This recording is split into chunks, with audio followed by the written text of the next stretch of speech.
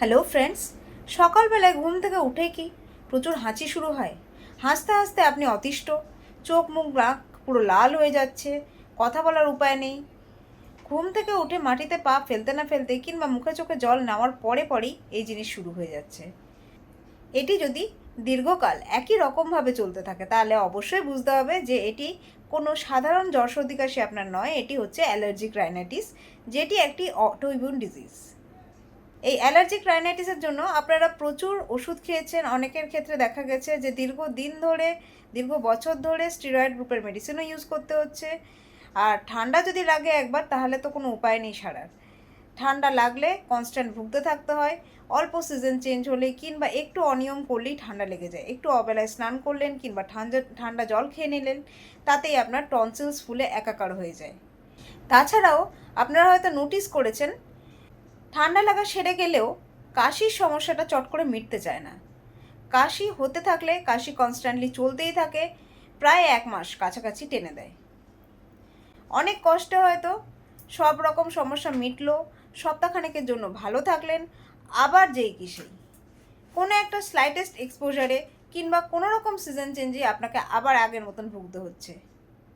এই allergic rhinitis বা রেকারেন্টলি ঠান্ডা লেগে যাওয়ার সমস্যার জন্য আপনারা রেগুলার বেসিসে ওষুধ তো নিচ্ছেনই, হয়তো কিছুক্ষণের জন্য বা কিছু দিনের জন্য কম থাকছে, কিন্তু পুরোপুরি যে গোড়া থেকে নির্মূল হওয়া রোগটা সেই ব্যাপারটা কিন্তু কিছুতেই আসছে না। সঙ্গে মেডিসিনাল সাইড এফেক্টস তো ভোগ করছেন। কারোর ক্ষেত্রে নার্ভাস সিস্টেম উইক হয়ে যাচ্ছে, কারোর ক্ষেত্রে ডাইজেশন উইক হয়ে যাচ্ছে। দেখবেন হয়তো আগের থেকে ঘুম ঘুম ভাব বেশি পাচ্ছে, ভুলে যাওয়ার সমস্যা হচ্ছে, সঙ্গে ডাইজেশন ইস্যুস আসছে। তো উপায় কি? আপনাদেরকে সঠিক উপায় দিতে ও গাইড করতেই আজকে কিন্তু আমার এই ভিডিওটি বানানো।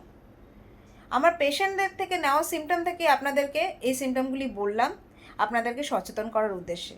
প্রপার হোমিওপ্যাথি কনস্টিটিউশনাল ট্রিটমেন্ট দ্বারা এই সিমটমগুলি পুরোপুরিভাবে সারিয়ে তোলা সম্ভব, যেটা আমি আমার পেশেন্টসদেরকে করে থেকেছি।